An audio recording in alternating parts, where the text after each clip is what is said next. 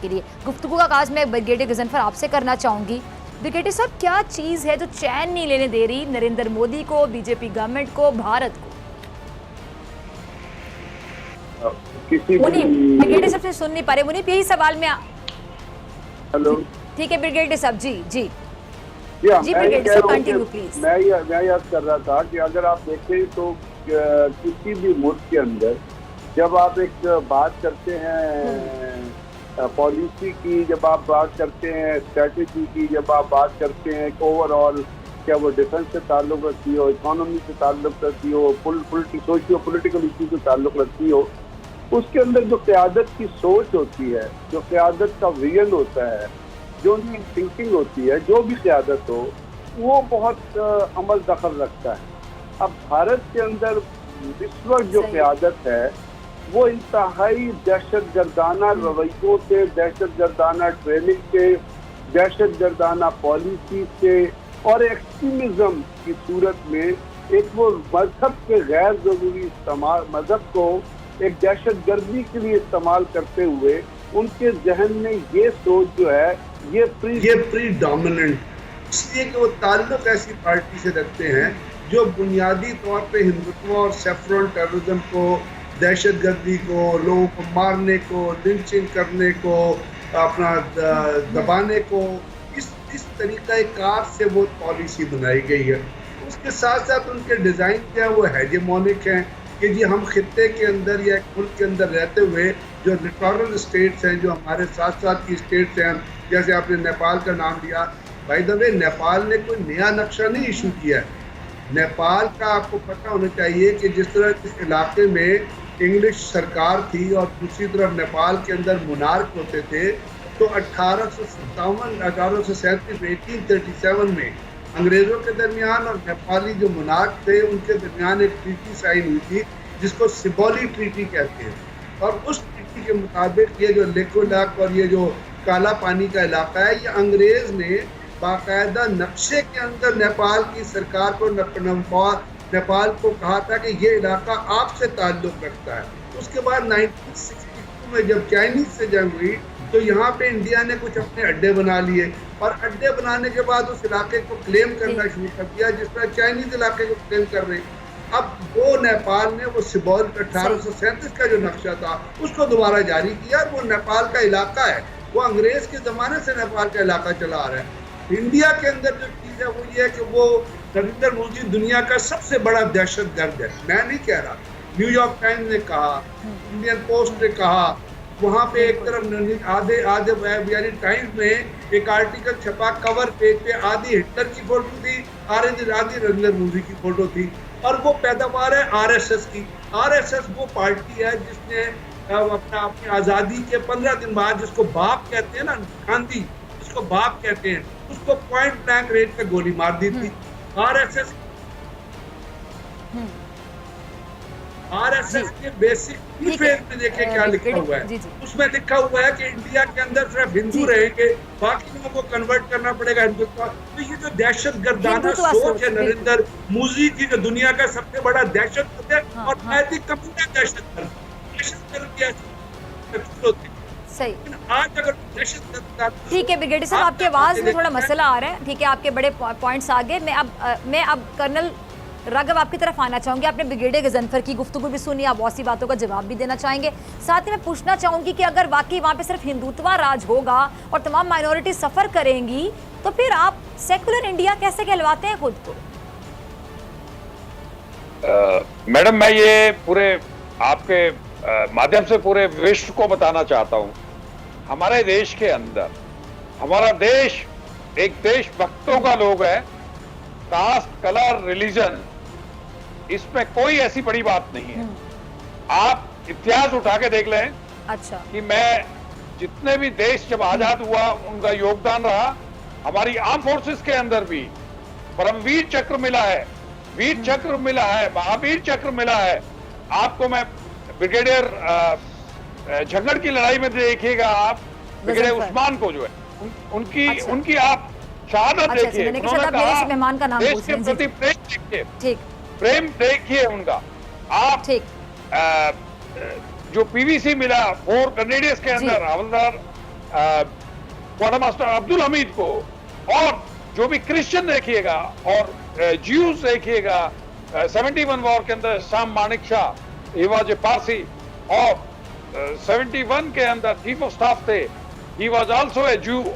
हमारे देश के अंदर हम एक नेशनल एजेंडा लेके चल रहे हैं, और मैं ये भी कहना चाहता हूं आपके माध्यम से, आपका देश भी हमारी भौगोलिक रेखा तो खिंच गई है, लेकिन आप लोगों ने भी देश की आजादी के लिए बहुत काम किया और बहुत ही बड़ा सहयोग था, और देश जो है हमारे सांस्कृतिक कर्नल राघव, मुझे मैं सॉरी आपकी बात काट रही हूँ, मुझे बताइएगा कि अब आपके देश में जो हालात हैं उससे तो बाखबर होंगे? Madam, little Hindi Urdu, you have said in Urdu, मतलब I couldn't get you properly ma'am. Yes ma'am, can you repeat your question? अभी जो आपके देश में जो अभी हालात हैं उसका आपको मालूम है, आपको पता है कि क्या हालात चल रहे हैं इस टाइम पे? तमाम माइनॉरिटीज इस टाइम पे सफर कर रही हैं, कोई भी खुश नहीं है। मैडम, मैं आपको ये विश्वास दिलाना चाहता हूँ, जब भी हमारे देश के अंदर आज एक चाइना का इशू चल रहा है, देश हमारा इकट्ठा है। मैं सारे कास्ट, कलर, क्रीड इस देश की विशेषता है, इस पानी की, हवा की एक विशेषता है कि हम लोग सब इकट्ठे हैं। आप ये देखो, हर धर्म का आप ये कह रहा है कि हमारे शहीद, चाहे वो हिंदू है, चाहे वो मुस्लिम है, चाहे वो पारसी है, चाहे वो ईसाई है, चाहे वो सिख है, पूरा देश एकजुट है। इस देश की एक विशेषता है मैडम, बहुत ही अच्छी है ये विशेषता हमारे देश के अंदर। ये है, देखो हमारे पूरे देश के अंदर आप देखें एक उबाल आया हुआ है और देशभक्ति की भावना है। मतलब ये नहीं है, हमारा देश अपने आप में एक विशेषता है। तो मैं आपके माध्यम से कहना चाहता हूं कि यहाँ पे सबको एक हमारे सैनिक सब देश इकट्ठा है। मैं चलिए, पॉइंट आ गया आपका कर्नल साहब। मुनीब आपकी तरफ आ रही हूँ, उसके बाद मैं सुप्रा भाव की तरफ आऊंगी। मुनीब, ये जो बातें कर्नल साहब कर रहे थे, ये उसी हिंदुस्तान के बारे में कर रहे थे, भारत के बारे में कहते, जिसको सारी दुनिया जानती है। मुझे तो बिल्कुल अक्सर नक्शा लग रहा था कि पता नहीं किस ख्वाबों में कोई भारत होगा जहाँ पे सब कुछ होता हो। जी देखिए, इनके जो जज्बात हैं इन साहब के, मुझे उन पे कोई शक नहीं है। अगर इनके ऊपर छोड़ा जाए तो मैं मान सकता हूँ ये खुद अपनी ज़ाती हैसियत में वाकई शायद फ़र्क नहीं करते, ना हिंदुओं के बीच में, ना मुसलमानों के बीच में, ना जूस के बीच में।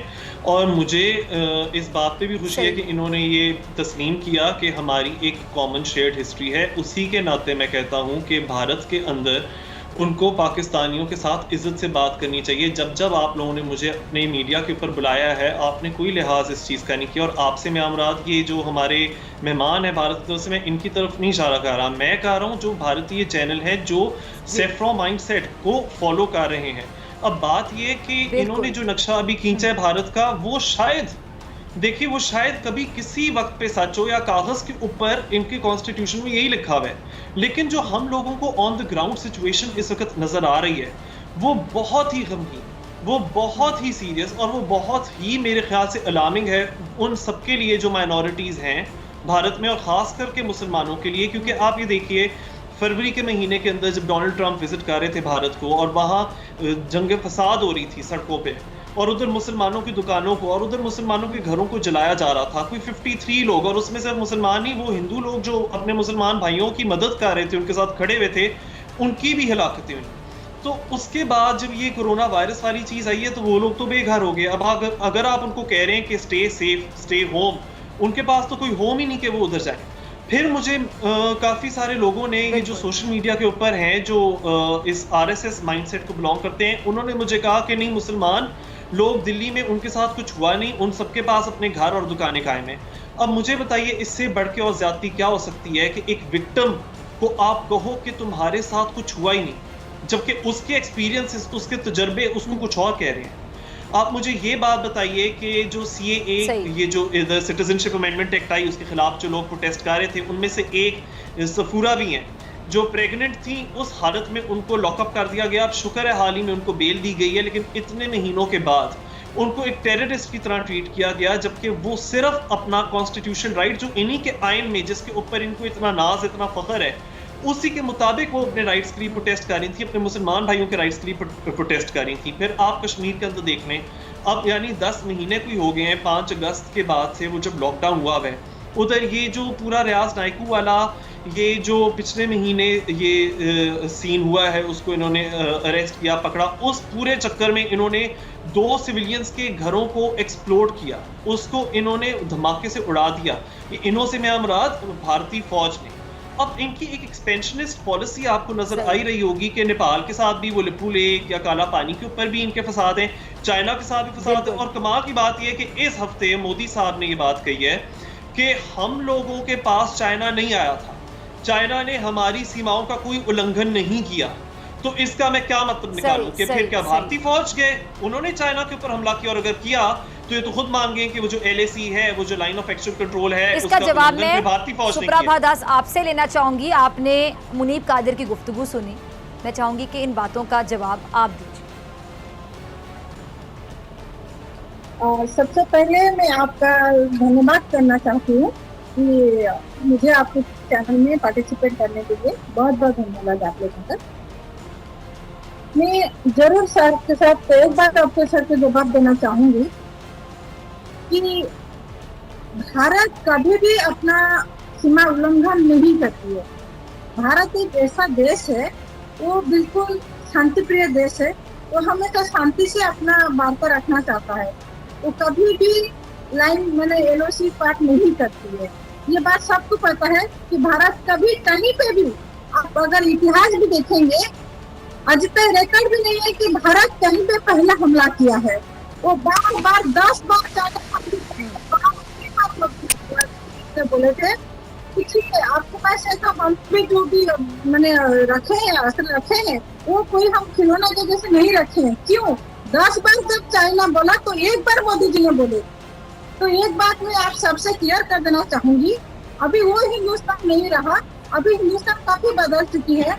तो उसके लिए कोई नहीं, चाइना हमेशा अपना सीमा उल्लंघन करते आई है और करती रहेगी। जैसे मान लीजिए आपका ये चाइना का साउथ सी के बारे में आप बोल सकते हैं, वो बोलते हैं कि वो उसी का है, लेकिन जो वो नहीं सबको पता है, ठीक है ना। बाकी वो क्रिकेट के इस्तेमाल करता है, क्या नकली चीजें बनाना, नकली चीजें करना, देश में सारा विश्व में सिर्फ अहिंसा फैलाना, ये सब तो उसी का काम ही है। और ये क्या कर सकता है, आप सबको भी पता है चाइना का क्या सिस्टम हालत है और इंडिया का क्या है।